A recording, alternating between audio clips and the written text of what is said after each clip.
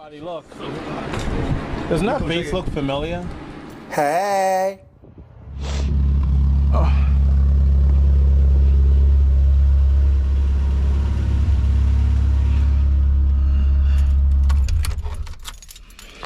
All right.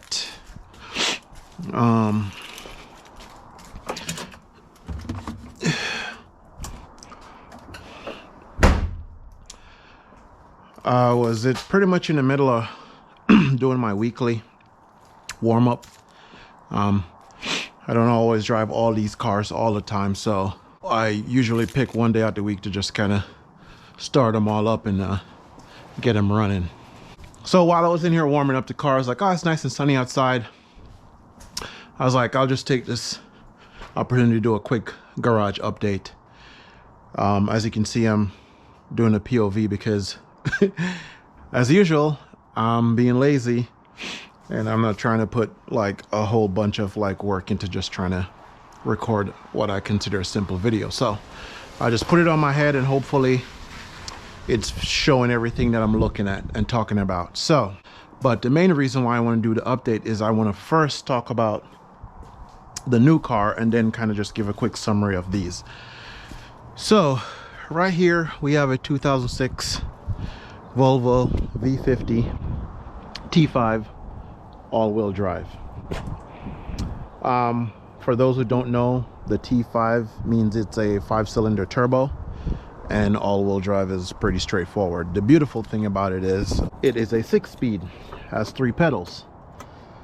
Gray interior, it is not the best, but it's not the worst. It's just normal wear and tear. Reason for this car, I'll try to summarize this real quick. I had 2 wagons before. Actually, a 94 Corolla wagon. I had a silver one way back in the day. It got totaled and I got a white one. And then my wife loved it so much I went ahead and got a maroon one for her. So we had those for a while until I got rid of them after my last job situation. We didn't feel at the time we needed 7 vehicles because it was these 4 cars, the Xterra and the 2 wagons. Were like, okay, that's not really necessary, so we got rid of those. Though the Xterra kind of replaces the wagon, I guess, for practicality. Summary of wagons and small compact wagons. I love the practicality of the wagon. I also love the compact ones because I just like small cars in general. They're usually lighter, which is better on gas. And the reason why I had owned 3 of those Corolla wagons previously, because it's a 4-cylinder front-wheel drive, which you get no better than gas, and they were all manual. Skip forward, I was like, man, I want another wagon. I was like, damn, I miss having a wagon. I just love a wagon. Like, I think it's just a perfect daily. My wife mainly drives the Xterra, so then I was like, I want something that I can drive as a daily instead. After looking around, I was like, well, I want a cool wagon. I want something that's kind of quote unquote grown up, you know, not super expensive. So the Volvo V50 kind of ticked the boxes when I started looking, and then I came to realize they rarely make those in manual, and I only want manual. I'm not going to try to invest into converting to stick. And then I realized like those are so rare that they were demanding like a high premium for a decent looking one, not to mention a really nice one, or you still get one that beats to crap that need a lot of work and it still costs too much. So I scratched that and then I stopped looking for a while. For some reason I was aware of these, but I just kind of overlooked them. I don't know why. I don't have an explanation for it. But then I just started looking more into it and realizing that these also came all-wheel drive, these also came 6-speed, and these also came turbo. You just had to find the right trim. So with that, I started looking, and then once I started seeing them, I started realizing they're definitely more feasible than the V50, because like for $5 grand, you can have this. These range anywhere from, depending on the spec, I see them from like $3 grand all the way up to $8 grand, but you know, not all of them are turbo, not all of them are all-wheel drive, and not all of them are manual. So it just kind of depends on the mileage and the condition it's in. This one is pretty much what I consider top tier, and I know that because also I learned the other day that these also had the bigger brakes on them, the 320 mil, for those who know about these cars. So this was pretty much the facelift model that ran from 04 to 06, and then from 07 to I believe 012 was the facelift model, which that model started carrying the R design. The pre-facelift, which is this one, didn't necessarily have the R design at the time, but they had what the equivalent was the sport package. So it had the front, side, and rear lip and rear wing, and I believe it had also some springs and like the 17-inch wheels. Anyway, before I make this video way too long, end up finding this, loving it. I was like, okay, the price is right, the spec is right. The previous owner already had these V50 18-inch 18x8 R wheels on it, and he already painted the calipers blue and the nice little Volvo badge blue. So he pretty much was kind of going in the direction I wanted to go in. He actually sold me the car with the V50 not V50, the S40 side skirts, the sport one, which is pretty much the same as the V50, which is the wagon. It's the same, they're interchangeable. So he had found it at a junkyard, so he sold me. I have that, it's in the garage. I got the car with that, and also these front fender wells, because the ones that are on that car is a little messed up. Anyway, let me try to make this super fast. So that's that. Like I said, the car needs a couple of things. I plan to change the brakes, change the struts front and rear, put some low-end springs on it. It runs, but again, it needs some work. So over time, I'll just do little things like that just to make it like a little bit more OEM fresh and a little bit lower, because I don't want it to be slam. I don't want it to be another heavily modified car, but I do want it to be a little bit lower. So I have the side skirt. Now I just need to find the front lip and the rear lip, which are hard to find. I'm still on the lookout for those. I've been fortunate so far to find the rear wing at a junkyard in Portland for 50 bucks, but I had to spend $20 to have it shipped to me. It was a wagon they had, and someone already got the front and rear bumper, so I missed out on that opportunity. I was hoping I was be able to pretty much get the whole thing. So I got the wing and just got a can of paint match the wing as much as I could with the can, and then just double side tape it on there. So that's pretty much that for now. So far we've went on a couple of adventures with it, took it out in snow over by High Bridge, and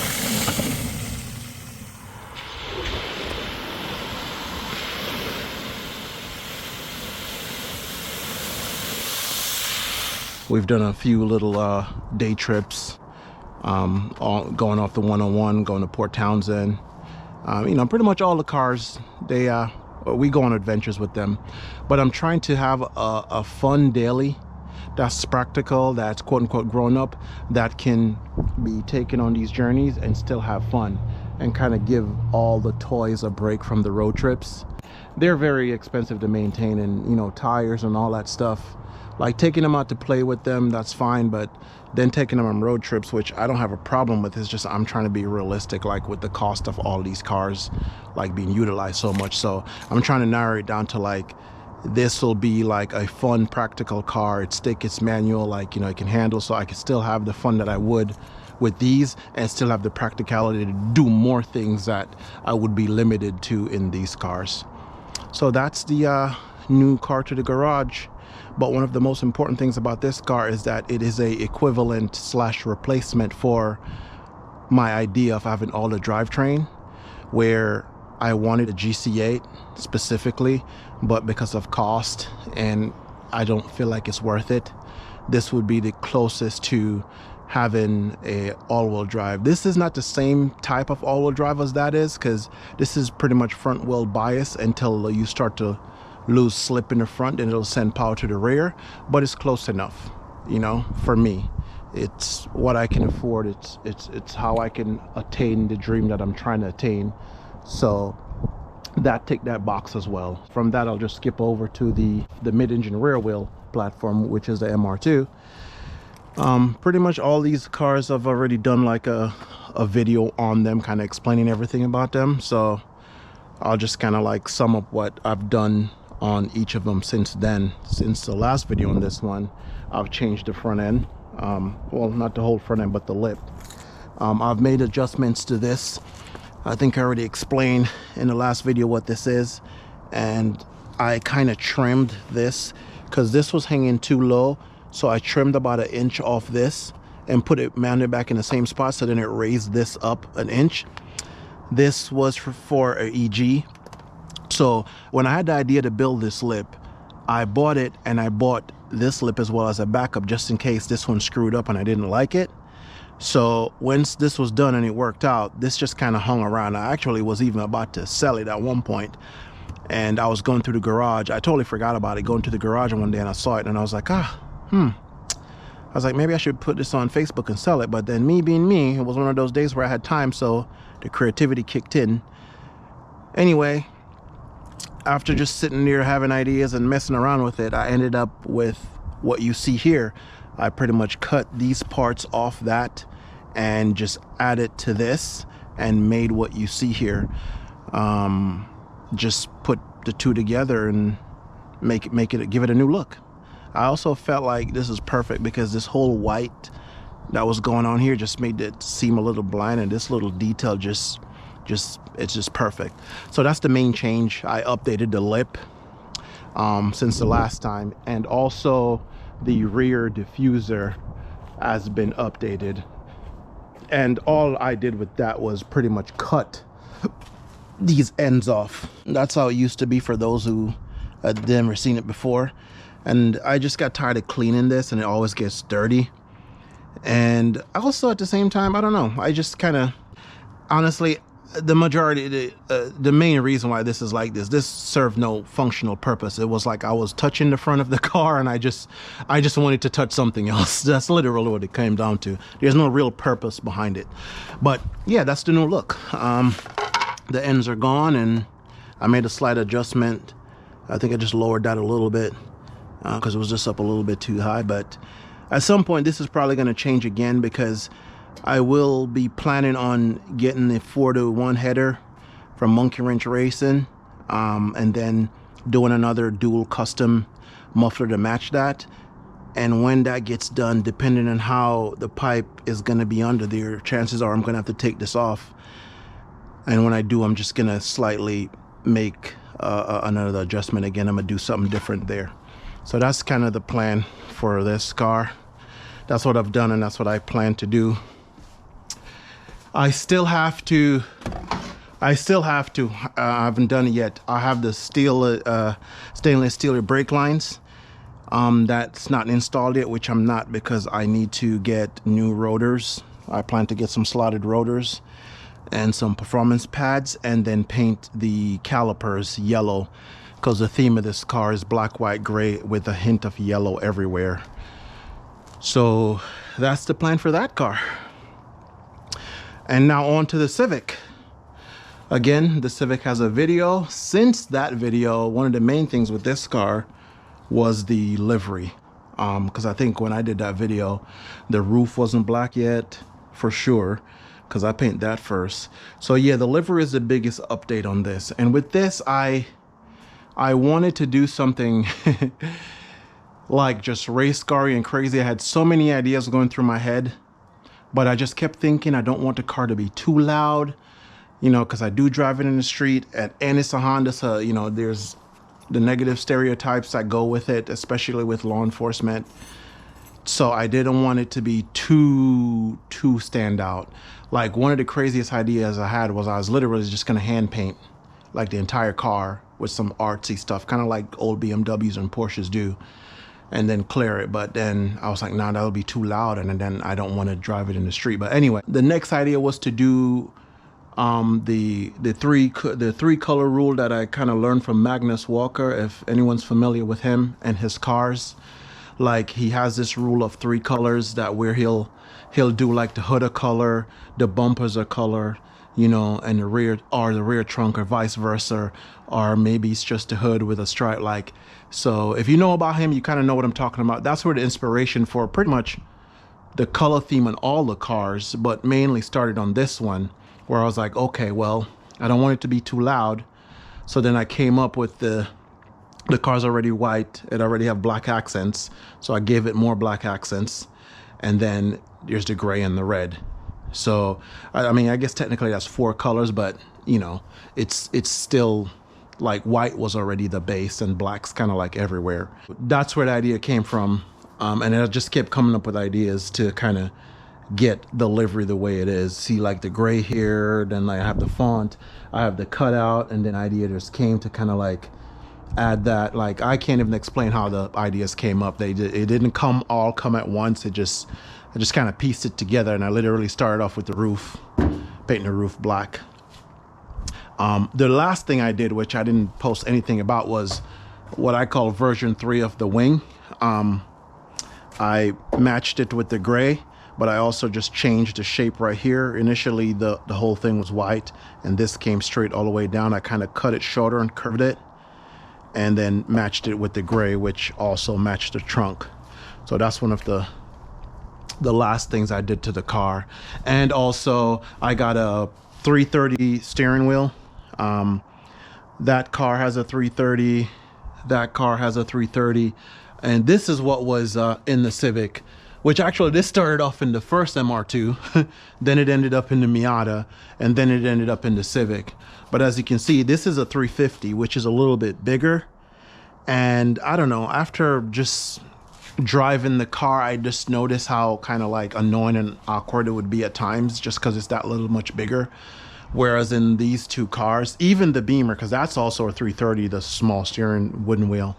So then I just went ahead and just got a replacement. This will just become a Spear now, or some point I might get bored and put it on Facebook Marketplace for sale. But that's one of the newest things. And the next newest thing is the tires. I flipped all the tires for camber wear, so then I had to re-stencil. Well, not had to, I wanted to re-stencil the tires so they look fresher, because the old ones were kind of fading. So yep, re-stenciled tires, the newest thing. And aside from that, nothing else has changed, just a B20 VTEC. Oh yeah, at some point I had changed the clutch to the same clutch, but that doesn't really count because I broke the last one. Now for the Miata hasn't been getting a lot of use lately, mainly because it has a starter issue. The starter is intermittent. It just needs to be replaced. But I have so many other cars to drive, it's not that big of a deal. So it's been the one that's been sitting the most. But out of fairness, this car for like a year to 2 years was the car doing all the track days, all the long road trips. It was putting in the work. While this one was down for a year, while that car wasn't even around, that car wasn't even around. And at some point this car came around, but yeah, this did work for a year, so it needs its rest. It's well due. The last video on this one as well, the livery wasn't done, like I kind of explained with the Civic, the 3-color rule. Added the side number plate, and then rocked that for a while, then came up with the idea to do the stripe and do it a little bit wider, just white with gray, just colors that just kind of flow. I think in the last video I also had a different seat, but yeah, I think I had the Sparko seat, the black one. But anyway, yeah, got the seat and also got the Sparko little cushion thingy. And yeah, I think that's that. Oh yeah, and then for DIY from the last video, this wasn't done.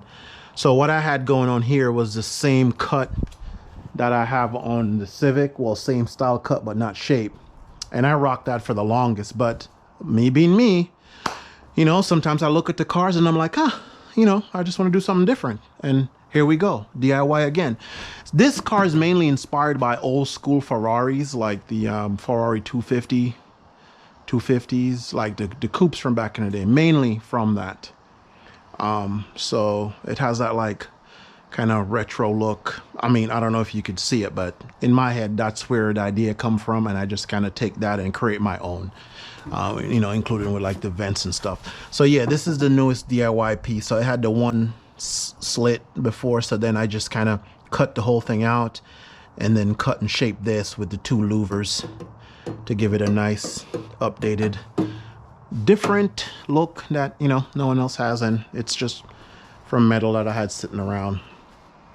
So that's what's going on with that one. And then the Beamer, since the last video, what did I do with this one? I think nothing. I think all I did was put the snow tires on. Yeah, because I think in the last video I had either just painted or was about to paint these wheels. So yeah, these are 14-inch. The factory wheels are 13.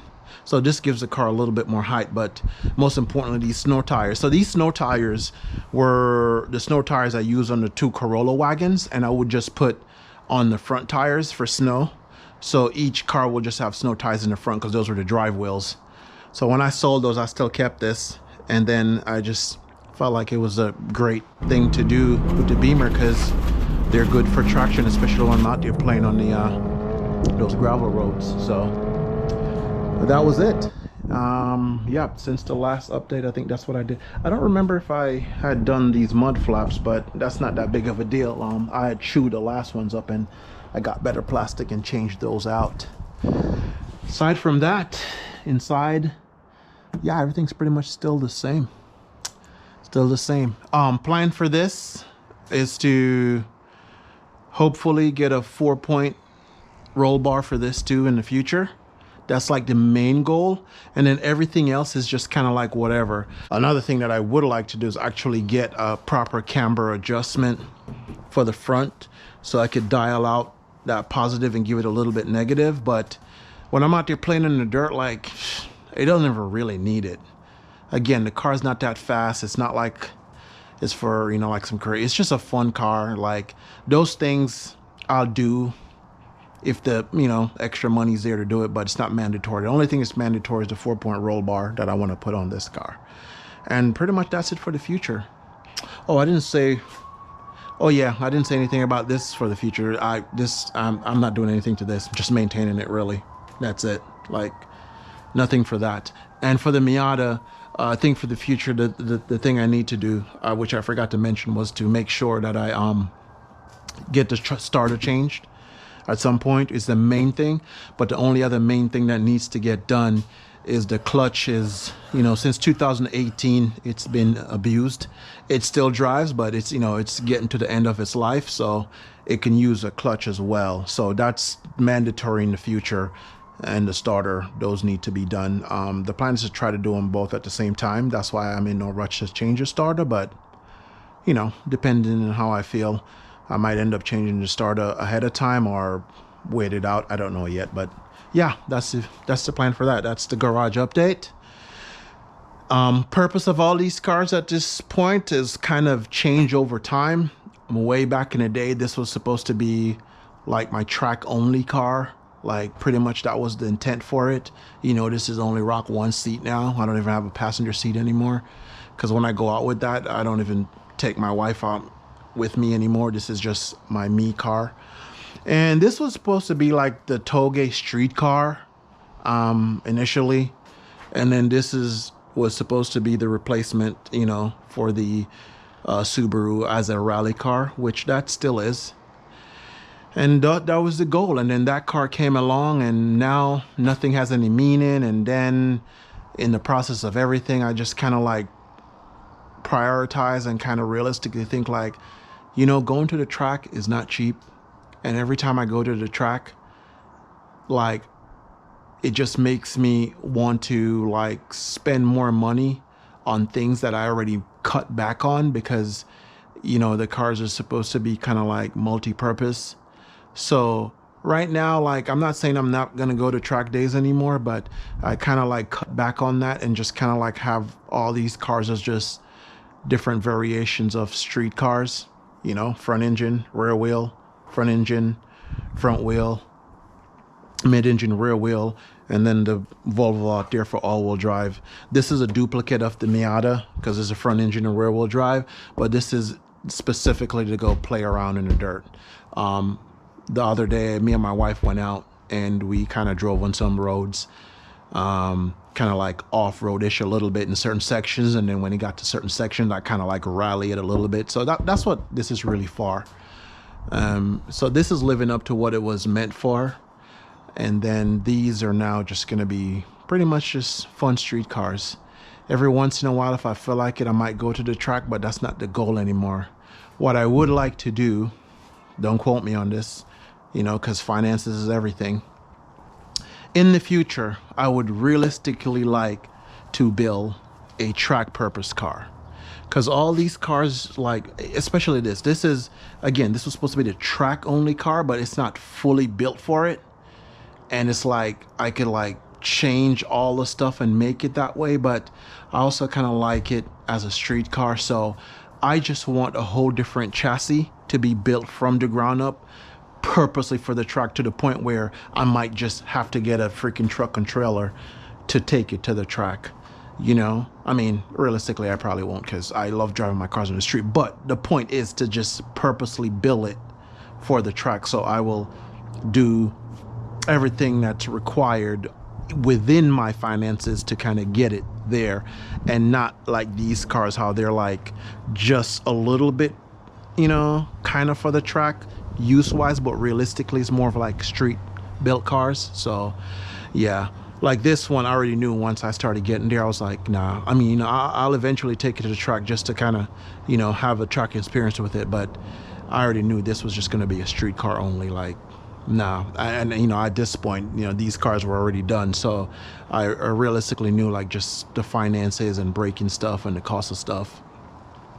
And that's it. I gotta be careful. I could just sit here and ramble on all day to the point of making no sense. But yeah, that's the garage update. That's what's going on with the cars. Have yourself a good day.